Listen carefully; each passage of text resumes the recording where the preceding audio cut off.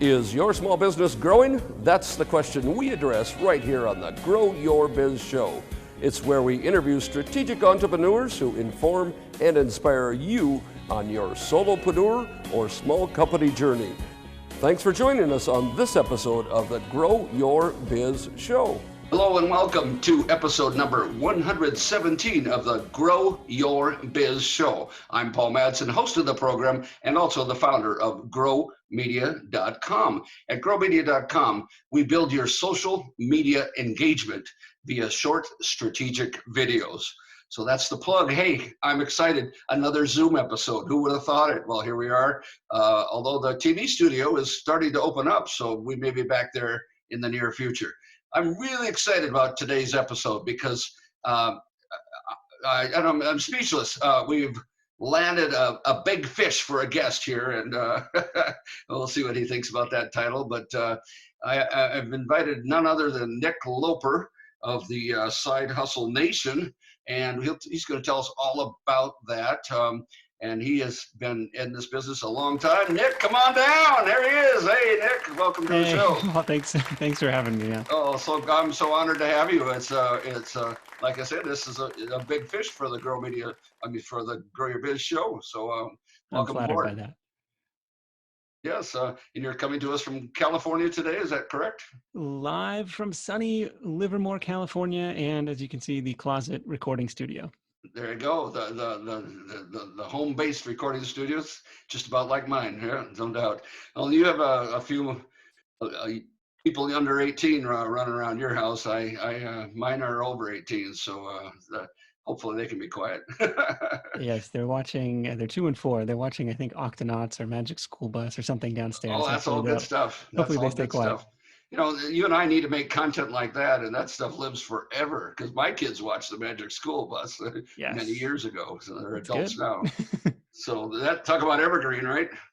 Well, hey, Nick, I typically just jump right on in. We'll talk more about you and your company as we go along here. The first question I like to ask everybody on the Grow Your Biz Show is, Nick, what business are you in? I'm in the business of helping people make money outside of their day jobs. Well, that's pretty simple, isn't it? Well, how in the world does that happen? I mean, people are taught, they grow up, they go to college sometimes, they get jobs and they're told to, do your job and that's how it should work. Is that true anymore? Well, that's how I grew up, or at least that's how I was trained to think growing up, for sure. But it doesn't have to be that way. Your income earning potential doesn't have to stop when you punch out at 5 o'clock. And perhaps out of necessity, it may be wise to start cultivating these extra income streams. Yeah, well, yeah, and especially the virus, for instance. I mean, how many people unemployed do we have right now? 35, 40 million. It's not. Yeah, pretty. That's a big number, no matter how you cut it. And I wonder, how many of those 30 some, well, a lot of people before layoffs were working on some kind of side hustle, I imagine. Why don't you explain just what is a side hustle? You bet. So side hustle, broadly speaking, is anything that you're doing to make extra money outside of your day job that in generations past could have been moonlighting. But it's branded now as the side hustle. The difference between a side hustle and a second job, like delivering pizzas on the weekend, like that probably still counts as a side hustle, but there's a connotation of an entrepreneurial upside here where this could scale beyond hours for dollars. This could be a thing that replaces my day job income if it's something that I eventually want it to.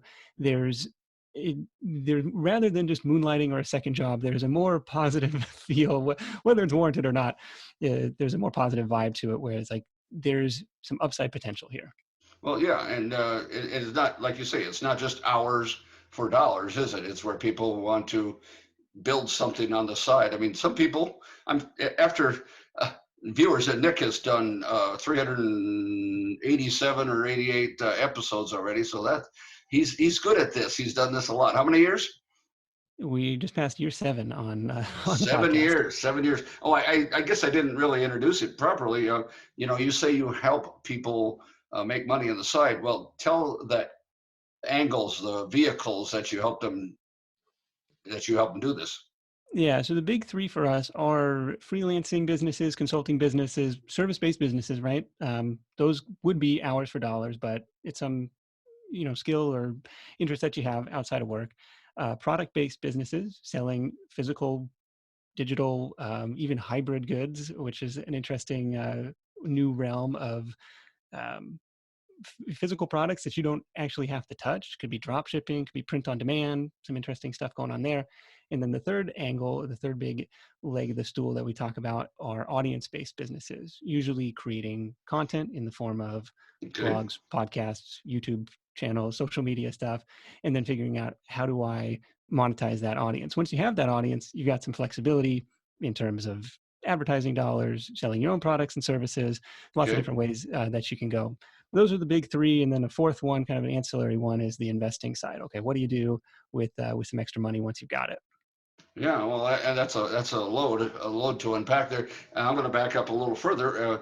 Let me, you're a humble guy, and you always want to talk about other people and help them, tell them what they do. I want to back up to what you do. What are the three vehicles you use primarily to get your word out, to get your help out there to people? The three biggest, I guess, channels for me are the Side Hustle Show podcast, which has been running, like you said, since 2013, which makes you feel old. And I will say this too, like if you're thinking I can't start today because it's way more crowded, yes, it Right? is. Um, but it's only going to be more crowded next year. It felt crowded in 2013. Like, does the world Yeah, need yeah. another entrepreneurial interview show? I was Sure. like, there were plenty of competition even at that time, right? So Right, right. I will do that. So the podcast is a big channel. The blog is a big channel in terms of driving organic search traffic and affiliate monetization. And then really the third and maybe the fourth would be the email list, which has grown over the years, kind of flatlined recently, but the email list is a significant traffic driver or communication channel to get in touch with people outside of relying on them to download a podcast or relying on them to visit the website. And then the fourth channel, if you could call it that, is the community aspect. The Facebook group is the primary place for that. I think there's 20,000, maybe 22,000 members in there at Wow. this point. And that's been really cool. Again, self-doubt was like, does the world need another entrepreneurial Facebook group? I asked the email list. They said, yeah, sure, we'll join. Yeah. That has been a really cool channel to watch the conversations shift from one to many, like me broadcasting out on the blog, podcast, email list, to Wow. many to many, where now people are asking and answering questions amongst themselves without my direct involvement. Still feels good to be the hub of that, Hey, that's great. but not not necessarily having to answer all those questions myself has been really cool. Yeah, well, that's terrific. I mean, and it's something that gets some momentum of its own, like the Facebook group where you get people helping each other and momentum, all that kind of thing. And it's one to many beyond you, and the multiplier effects going on, right? Hopefully. Yeah, great. Well, just to summarize that, because I think it's very important for my viewers and yours to know. I mean, Nick does three or four different main legs. We'll call them legs. I don't know to his business. And this show is for people who want to start their own business. He's got a very successful blog. Now, how often do you blog? How often do you put content on in written word? I try to do it once a week, and Okay. sometimes that's my writing, sometimes that's guest posts, sometimes that's ghost writing, Oh, sometimes that's guess. freelance Okay. Yeah. writers.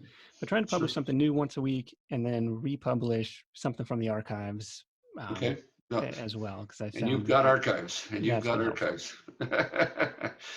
Yeah, well, great. And then of course the podcast, we've talked about that, 7 years of it. And I mean, do you 10, have we said that the million? Yeah, I said it, 10 million downloads of the podcast. And that's, um, grow your biz folks. Think about that. 10 million. I mean, and Nick's a specialist in this, or what little tiny percentage of that has to take some action in order for you to turn it into a business. And Nick will tell us a little bit more later about how long things took to turn the corner for him, and when he was able to come home and those kind of things, come home full time and so on.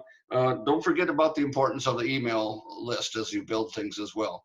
In 26 minutes, it's impossible to do an infomercial or a webinar about how to get started online business. But you do it every week, Nick. You talk to people every week about theirs. But I guess the point for the viewers is simply that um, don't sit and rely on one single thing and think you're going to be just cashing in big time, right? Yeah, I mean the primary components are traffic and conversions, right? It's like I need a source of people to find me, like that discoverability component, whether that's YouTube, whether that's this podcast, which is largely kind of a word of mouth engine, whether that's Google SEO, whether it's social media. Okay, it's like that discovery channel, and then what happens next? What's the action? What's the conversion point? Is that going to be an affiliate offer? Is that going to be your own product, your own service? Is that going to be, if you have a big enough audience, is it going to be advertising? So it's to make it at its very basics is this traffic and conversion formula. Well, and traffic and discovery and conversion. I want the viewers to remember those three words: traffic, discovery, and conversion, because without that, you don't have anything in an online business, right? Pretty fundamental. Pretty fundamental. Well, I'm going to change gears just a little.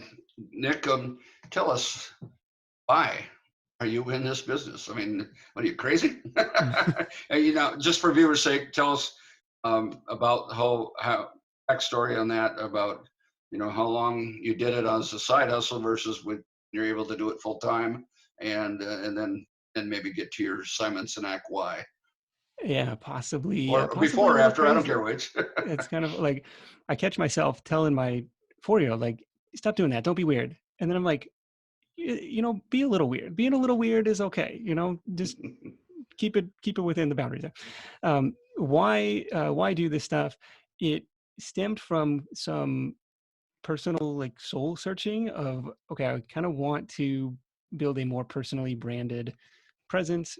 Well, I'd been blogging for years, which nobody ever read because it was just personal domain and like trips, pictures from our vacation and rants about current events. Like there's no coherent theme or message to it. But it was like this moment of, well, what do when you go through the exercises that everybody recommends and I recommend too, like, well, what do you never get tired about talking about? Like, what lights you up? What do you want to be known for when people Google you?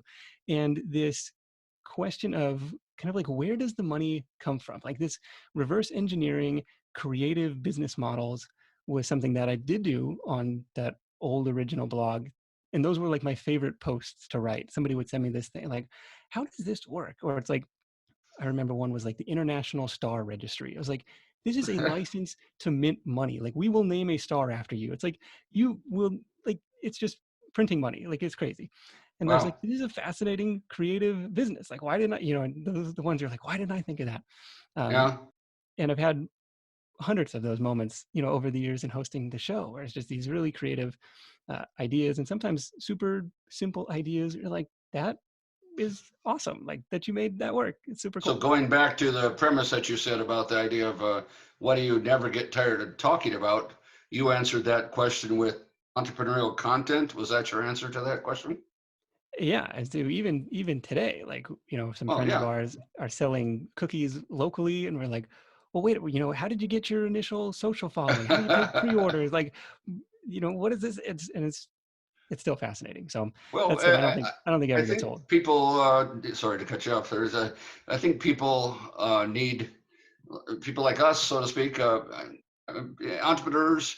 They all need to be curious. I mean, it's able to ask all those questions. If you go into something, some kind of business, and think you know all the answers or know how an industry works, just think about how life was 3 months ago and how it is today out there. How fast things can pivot and change. I mean, have you seen an uptick a little bit in some of the interest in your world because of the all the virus and all the things going on? When it was first hitting, I saw a pretty healthy drop in podcast listenership. Oh, I think really? as fewer people were not commuting. So I think that was probably one of the big drivers. Oh. Um, similar dip in website traffic. I think people just had other stuff on their mind. That rebounded a little bit in April, and some of the stuff that was really hot was like the driving gigs. Like, how do I sign up for Instacart? How do what can I do to proactively improve my financial situation today? And Yeah. some of that stuff, I think Instacart onboarded like 250,000 new drivers or something. Oh, And it was a hot topic for a wow. minute. Yeah. Wow. Well, yeah, it was. I mean, I saw an uptick in all the other emailers as well. People who are talking about everybody's doing an online training program. There's so many Right. of those out there that I guess people are stuck at home and they need an angle to go on. So backing up even further, when you talk about you never got tired of talking about entrepreneurial content.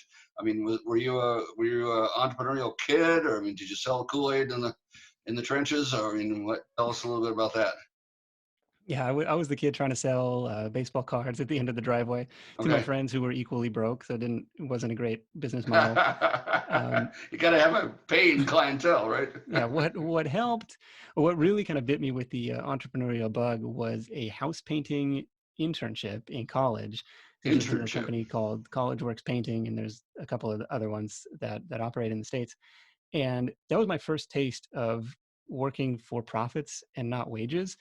And Ah, it was incredibly stressful and incredibly rewarding at the same time. Like a bunch of 19-year-olds with paint sprayers. Like, what could go wrong? Like, a lot of did stuff could go wrong, what and a could lot of go stuff did wrong? go wrong. But it was like, okay, it's on me to figure this out and to go Did sell you have to jobs and get your hire own people. customers?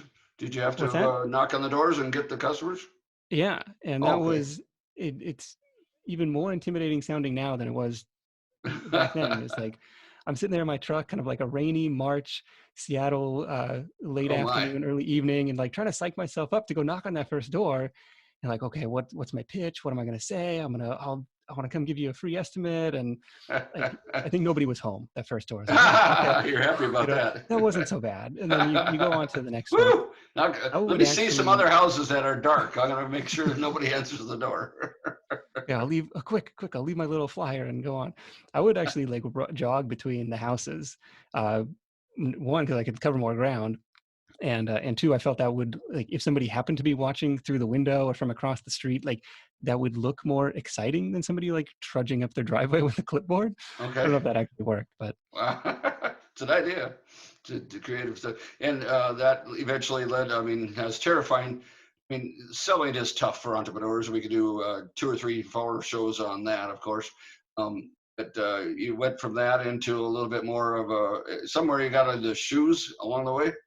yeah, I was Those- selling shoes as an intern after the house painting thing was over, and then after that, kind of started my first official side hustle, which was a comparison shopping site for shoes. So as an intern at this company, brick and mortar shoe store in Seattle that had the crazy idea of putting some of their inventory online, came in, 8 or 9 years deep into their business to help run some of the online portion, or help the marketing manager really. I like, yeah. they didn't really give me the keys to the kingdom as an intern, but it was still Okay. an enlightening experience in Sure. e-commerce and affiliate stuff and SEO and paid traffic. Oh, Um, really? Okay. and so I turned around after that to say, well, I could be an affiliate of theirs, Yeah. and several other companies, and have this comparison site built out. That was the thing that let me quit my corporate job, which I got after Really? graduation. Okay. So yeah. Wow. Well, I mean, you had this entrepreneurial bug. I mean, how long were you in the cubicle world? 3 years. Pretty awful. No, I shouldn't say that. Hey, we all learn a lot when we're in those environments, and if nothing else we learn is that we don't fit in those environments. But what was your story? The saving grace for me was it was out on the road, and so it was kind of in Ah, a okay, traveling position where you just get in the car on Monday and oftentimes come back on Thursday night, um, going out and calling on Ford dealers in my case. okay, So it was cool in that the car business was fascinating, and it was cool in that no 2 days were the same. yeah, okay, okay. But at the same But time, had very eventually, little desire to climb the corporate ladder. yeah, I didn't want to become that next guy up, huh? Yeah. And so then you were doing the shoe thing, you're able to commit full time to that. And then how did you get from shoes into the side hustle nation? This was several years deep into running the footwear business. Had started a bunch of side projects, that most of them died a quiet death in some dark corner of the internet. Better, But a better couple than a from noisy that, death. a couple from that era are still around. Okay, The blog and podcast being one of them. gotcha. And so that stuck with it. Um, how did you stumble upon podcasting and say, I want to do that? Tell us about that story. My introduction to podcasting was one of physical anger. I think I had clicked a compelling sounding link from Twitter probably, and upon landing on this page, there's nothing there, and I'm like, oh, there's a little player button at the top, and it's like, oh, you buried whatever you promised in the headline. You buried that 40 minutes deep into some MP3 file. And Okay. it's like pre-smartphone. I'm like trying to figure out how to Oh get it man. onto my device, Well, and it was like, again, one of like, ugh, you pulled one over on me. Once clickbait. once I was in, I was hooked. I was like, oh, this world of on-demand audio, I can learn Wow. whatever.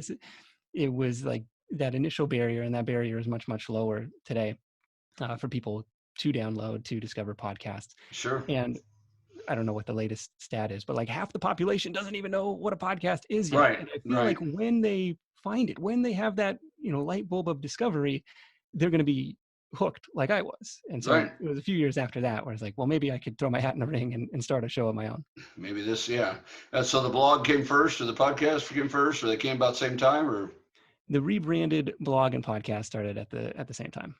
Okay, cool. Well, that's terrific. Well, speaking of podcasts and blogs, I wanted to jump in and ask you the big three question. And that is, what differentiates you and your work from all the, I could say, thousands and thousands of others who are talking about entrepreneurs and business opportunities and courses and online training? What makes Nick Loper and the Side Hustle Nation different? Well, that's a good question. So what I hope is a point of differentiation, and I hope this comes across on air, is a genuine curiosity on how these businesses work. Like, how did you get your first customers? How did you come up with that idea? That's part of it. I think the second part of it is the focus on the side hustle part, the part-time portion. Like, Good point. how many Yeah. hours a week are we talking on this stuff? Oh, okay. Or did you have to jump off and raise venture capital? Because that was a lot of the narrative on some entrepreneurial content that I was consuming. Was an entrepreneur is somebody who jumps off a cliff and figures out how to Right. build their parachute on the way down. It's like, that sounds terrifying. Like, please don't do that. You're gonna have Who to wants raise venture that? capital. Your goal is to be ringing the bell at the NASDAQ in 5 years. Like, that's a fantastic goal. Like, more power to you. That was not Yeah. what I was after. And I felt like the vast majority of would-be entrepreneurs were probably closer to me than they were to Mark Zuckerberg. Yeah. Well, I mean, I think I agree with you. I mean, I've been a listener of your show for 3 years now. Not every episode, every day or anything, but consistently for over the last 3 years. And I think what draws me back to you is, I like your style. I just think you're a humble and get it done kind of matter of fact guy, not a hypester type of thing. And importantly also is the whole idea that this is on the side. It doesn't represent me having to jump off the cliff and make my parachute on the way down. I can see that I can have a job and I can start something on the side and build it. It just seems a lot less risky. And if something takes off, well, that's great. If it fails, what'd you call it, a quiet death on the internet? Well, well, then I can start something else on a new Right. life on the On internet. to the next thing. Yeah, Well, thank exactly. you. Thank you for I that. mean, Thank you for tuning in. yeah, well, you're welcome. I hope more people do as a result of you being on my show here. Be an honor. So that's terrific. Yeah, well, and just the name, Side Hustle. I mean, it's terrific. I mean, I know sometimes some people don't know how to react to the word hustle. What are the two definitions, Nick? Yeah, you see, one, especially early on, you don't see this anymore, but early on, the reaction was like, I got hustled, or that dude hustled me, right? It's like this negative Right. thing, and still is that way in some countries in the world that I'm told, where it takes on a positive connotation for me personally comes from an old baseball coach of mine who said, look, you're going to have bad days in the field, you're going to have bad days in the plate, but hustle never slumps. Like, this is one Right. element of your game that you have 100% control over at all times. Right. And that's what we expect of you. Hustle never slumps. Try your You best bet. every time out there. Well, that's profound. I hope people rewind it and think that one over a couple times. So that's great. Hey, I'm burning through a lot of time here. I'm going to ask you quickly. If I'm John Doe and I have 20 years of experience in the corporate world, maybe cubicle land or maybe management corner, I don't know, and I'm laid off or I'm just restless or I want something to build on to make that jump when I'm 10 years from now into full-time side hustling. Do I have to become a search engine optimization expert? Do I have to become a podcast expert? I mean, that's easier to do now, like you say, than before. Do I have to be some kind of online guru to start some hustles? I mean, you've had a lot of very interesting guests on your show. Tell us a little bit about that in a couple minutes. Right. You absolutely do not. In fact, the vast majority of guests are probably rookies when it comes to SEO and some of the more technical elements of, you know, podcast creation and stuff like that. There's lots of different paths to choose from. One exercise that might be helpful to kind of go through is what I call the intersection method. And this is where you have a sheet of paper with 3 columns. Column 1 is your list of skills and what you've been paid to do. And you can just go down your resume, like anything you've been paid, any job you've had was by definition a skill somebody thought was worth paying for. Right. Skills you've learned outside of work, could be tinkering in the garage, handyman stuff, whatever it is. Column number 2 is your interests, hobbies. I probably wouldn't go passions in column number 2, but like, what do you like to do? What are you interested in? And maybe also importantly, what personal challenges, hurdles, business challenges, hurdles, like what obstacles have you overcome? What problems Right. have you figured out how to solve for the reason that other people may be facing the same thing? So kind of If like you pencil that in column number 2. Column number 3 is the optional column, and that is your network. That's who you know, and equally importantly, who do they know? Like your network's network. And you're thinking not of like, writing down 500 individual names here, but the type of people that you know, like, oh, I know people in this particular industry. And the sole purpose of this is a conversation starter. It's a foot in the door. Like if I come up with something, a specific product or service for this type of industry, I know who to go to first to start that conversation. I don't know if people know how profound all that was. I hope they go back and rewind and listen to that again because I'm out of time. I can't take the time to summarize it. But Nick, that was a MBA in a box in 2 minutes for modern times, and I appreciate that. Hey, 99 side hustles out there. Is that still a good place for people to learn more? You bet, sir. Sidehustlenation.com/ideas is a good place to start. Hopefully, I'm confident you'll find something on that list you can do. That's perfect. SideHustleNation.com. Nick Loper, fresh out of California, and Nick, it's been an honor to have you on the show today. Hang on, we'll take 2, and in the meantime, people go ahead and visit SideHustleNation.com, and thank you for checking out GrowMedia.com and the Grow Your Biz Show. I'm Paul. We'll be back with you next week. Thanks for joining us.